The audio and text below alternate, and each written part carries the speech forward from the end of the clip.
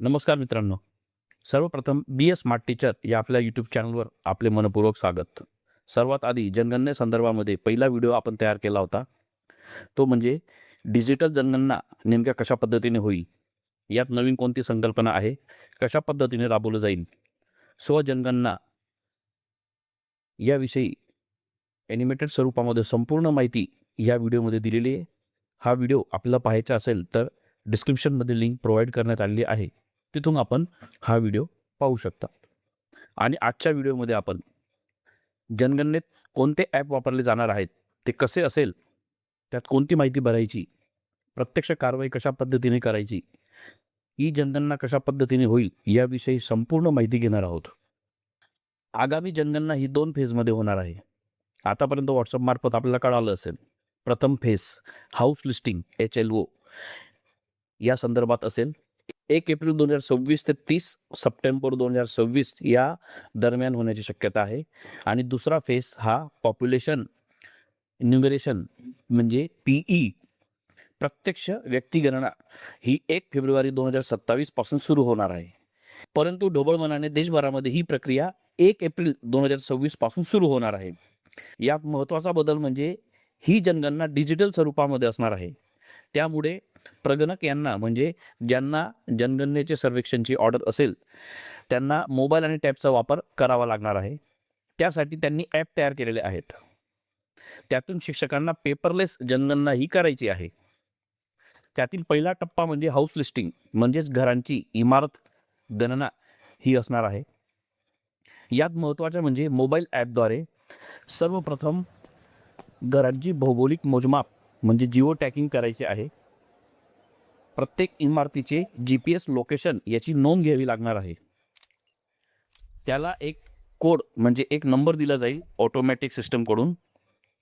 या सर्व माहितीमुळे एक डिजिटल नकाशा त्या ब्लॉकच्या, त्या भागाचा, त्या कॉलनीचा तयार होणार आहे. थोडक्यात म्हणजे एक लेआउट मॅप आपण तयार करणार आहोत, ज्याद्वारे भविष्यात प्रत्येक इमारतचा सेपरेट ॲड्रेससुद्धा डिजिटल पद्धतीने प्रत्येक कुटुंबाला देता येणार आहे. आणि मग त्यानंतर घरगणना त्या अंतर्गत जे प्रश्न विचारले जाणार आहेत, साधारणतः 35 ते 40 जवळपास प्रश्न असतील. त्या सर्व प्रश्नांची उत्तरे आपल्याला ॲपमार्फत गणना अंतर्गत द्यायची आहेत. त्यासाठी आपण Google Play ओपन करूया आणि तिथं जनगणना 2027 या पद्धतीने आपण टाईप केलं तर इथं बघा सेन्सेस 2027 हाऊस लिस्टिंग ट्रेनिंग हे एक ॲप आपल्याला दिसणार आहे. त्या ठिकाणी आपल्याला क्लिक करायचं आहे आणि हे ॲप इन्स्टॉल करायचे. मी ऑलरेडी इन्स्टॉल केलेले आहे. मी आता ते ओपन करतो. ओपन केल्यानंतर या पद्धतीने एक लॉगिन पेज, रजिस्ट्रेशन पेज आपल्यासमोर येणार आहे. आता वापरकर्ता म्हणजे प्रगणक ज्यांना ह्या जनगणनेची ऑर्डर आहे, त्यांना तालुका विभागाकडून काही युजर ID पासवर्ड दिला जाणार, काही डाटा त्यांच्याकडून मिळणार आहे. त्या डाटाचा यूज करून त्यांना हे रजिस्ट्रेशन म्हणजे हे लॉगिन पूर्ण करायचं आहे. त्यानंतर मग ॲप ओपन झाल्यानंतर या ठिकाणी आपण होम पेज म्हणजे मुख्य पानावर येणार आहोत. या ठिकाणी सिलेक्ट HBL म्हणजे हाऊस लिस्टिंग ब्लॉक, सदर प्रगणकाला जो एरिया, जो ब्लॉक, जे गाव दिलं गेलं असेल तो आपल्याला या ड्रॉप डाऊन एरोमधनं सिलेक्ट करायचा आहे. त्यानंतर मग या ठिकाणी त्या ब्लॉक संदर्भामध्ये, त्या गाव संदर्भामध्ये, त्या क्षेत्रासंबंधामध्ये सर्व माहिती इथं डिस्प्ले होईल. स्टेट, डिस्ट्रिक्ट, सब डिस्ट्रिक्ट, विलेज ही सर्व माहिती इथं दिसणार आहे. त्यानंतर ॲज पर DLM ॲप आपल्याला number of the census house म्हणजे आपल्याला दिल्या गेलेले सर्व कुटुंब म्हणजे जेवढे इमारत आहेत त्या सर्व इमारतांची संख्या इथं दिसणार आहे. सदर व्यक्तीला 200 इमारती त्या अंतर्गत हे सर्वेक्षण पूर्ण करायचं आहे. या ठिकाणी लेफ्ट साईडला कॉर्नरला वरच्या बाजूला 3 पॅरलल लाईन्स आपल्याला दिसणार आहे. तिथं आपण क्लिक करूया. त्यानंतर या पद्धतीने वरती इथं सर्व प्रोफाईल नेम माहिती दिसणार आहे, जे वापरकर्ते असतील, युजर जो असेल, हे ॲप जो वापरेल. त्यानंतर अबाउट आणि या ठिकाणी पासवर्ड चेंज करण्याची सुविधा दिलेली आहे. त्यानंतर हेल्प आणि लॉग आउट या पद्धतीने इथं पर्याय दिलेले आहेत. आता आपण सर्वात खाली हाऊस लिस्टिंग ऑपरेशन या ठिकाणी क्लिक करूया. त्यानंतर आपल्याला मुख्य 6 टॅब आपल्याला इथं दिसणार आहेत आणि या 6 टॅब अंतर्गत आपल्याला सर्व सर्वेक्षण, सर्व जनगणनेची प्रक्रिया पूर्ण करायची. आता या सर्वात महत्त्वाची म्हणजे हाऊस लिस्ट एंट्री. आपल्याला प्रत्यक्ष घराची गणना, इमारतीची जी गणना करायची ती ह्या टॅबला क्लिक केल्यानंतर होणार आहे. त्यानंतर जे इतर टॅब आहेत त्या प्रत्येक टॅबची माहिती आपण स्टेप बाय स्टेप पुढील व्हिडिओमध्ये पाहणार आहोत. आता या ठिकाणी जे इतर टॅब आहेत म्हणजे व्ह्यू समरी, आपण जे सर्व डाटा कलेक्ट करणार आहोत ते सर्व पाहायचे असेल तर इथून पाहू शकतात. त्यानंतर सिक्रोनाइज म्हणजे दुर्गम भागामध्ये ज्या ठिकाणी रेंज कव्हरेज नसते त्या ठिकाणी जनगणना झाली तर ती नंतर रेंजमध्ये गेल्यानंतर सर्व माहिती डाटा हा सिस्टममध्ये ऑटो अपडेट होणार आहे. हे सर्व इतर टॅब आहेत. आता आपण हाऊस लिस्टिंग एंट्री या ठिकाणी क्लिक करूया. त्यानंतर इथं लाईन नंबर हा ऑटो जनरेट होईल. त्यानंतर बिल्डिंग नंबर, प्रत्येक इमारतीला या ठिकाणी बिल्डिंग नंबर किंवा त्याचं काही नाव किंवा नंबर असेल ते आपल्याला द्यायचे आहे.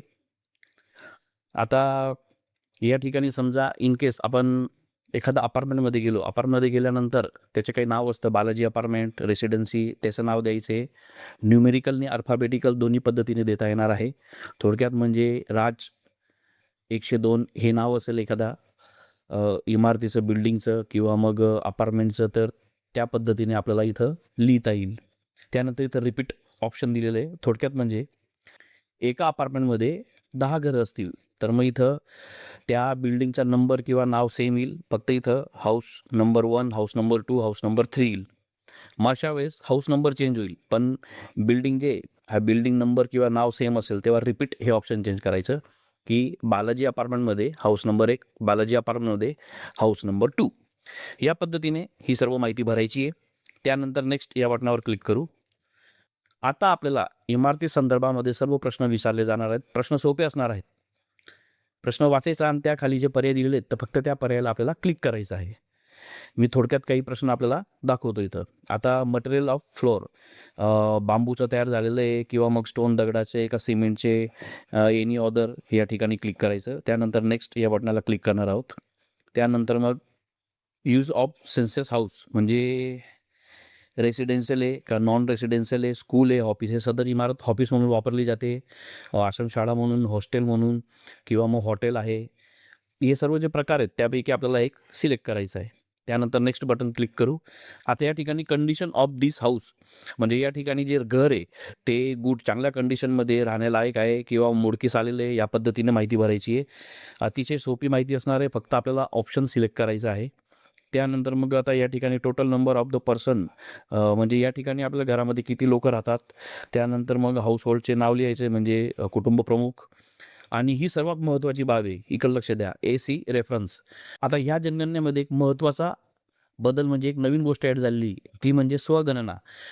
ज्या कुटुंबातील व्यक्तींनी स्वगणना केलेली आहे, स्वतःच प्रश्न जे आहेत त्यांची उत्तरं त्यांनी स्वतः त्यांना दिल्या गेलेल्या लिंकमध्ये किंवा ॲपमध्ये त्यांनी ती सर्वेक्षण केलं असेल तर त्यांना एक रेफरन्स नंबर दिला जाईल. तो रेफरन्स नंबर इथं आपल्याला टाकायचा आहे. त्यानंतर त्यांचे सर्व प्रश्नांची उत्तरं त्यांनी जी दिलेली ते आपल्यासमोर डिस्प्ले होतील. ते आपण व्हेरीफाय करायचे, चेक करायचे आणि पुढील प्रोसिजर करायची. त्यासंबंधी मी स्पेशल व्हिडिओ तयार करणार आहे. आपल्याला प्रत्येक गोष्टीवर जनगणनेसंदर्भामध्ये व्हिडिओ मिळेल. चॅनल सबस्क्राईब करून घ्या. भविष्यात आपल्याला ही जनगणनेचं काम करताना कोणतीही अडचण येणार नाही. सदर कुटुंबामध्ये असा कसलाही प्रकार नसेल, त्यांनी स्वगणना केली नसेल तर स्किप हे बटन आपल्याला क्लिक करावं लागेल. त्यानंतर बघा इथं हे सर्व डिटेल माहिती आपल्याला विचारण्यात आलेली आहे. या ॲपमध्ये महाराष्ट्र अंतर्गत मराठी भाषेचा उपयोग केला जाणार आहे. गुजराती अंतर्गत गुजराती भाषेचा सुद्धा उपयोग केला जाणार आहे. म्हणून त्यावेळेस आपल्याला या प्रश्नासंबंधी काही अडचण येणार नाही. आपल्याला फक्त ऑप्शन सिलेक्ट करायचं आहे. या पद्धतीने हे सर्व माहिती आहे. आता बघा, आता ही सर्व जी माहिती भरलेली ती एकच आपल्याला पडताळणी म्हणून इथं पाहायला मिळणार आहे. सर्व माहिती बरोबर असेल तर कन्फर्म या बटनावर क्लिक करा. बदल करायचे असेल तर एडिट बटन देण्यात आलेलं आहे. त्यानंतर मग ही सर्व माहिती इथं कंप्लीट झालेली आहे. इथून एडिट आणि डिलीट हे दोन्ही पर्याय असतील. या पद्धतीने आपण सर्व माहिती अचूक पद्धतीने भरणार आहोत. यात कोणताही बदल करायचा असेल तो करता येईल. भविष्यात आपण जेव्हा हे काम प्रत्यक्ष सुरू करू तेव्हा ॲपद्वारे, टॅबद्वारे हे कशा पद्धतीने करायचे, काही प्रॉब्लेम आले असतील ते कशा पद्धतीने सॉल्व्ह करायचे, सर्व प्रश्नांची उत्तरं आमच्या चॅनलमार्फत आपल्याला पुरवण्यात येतील. चॅनलला सबस्क्राईब करून घ्या, बेल आयकॉन प्रेस करा. लवकर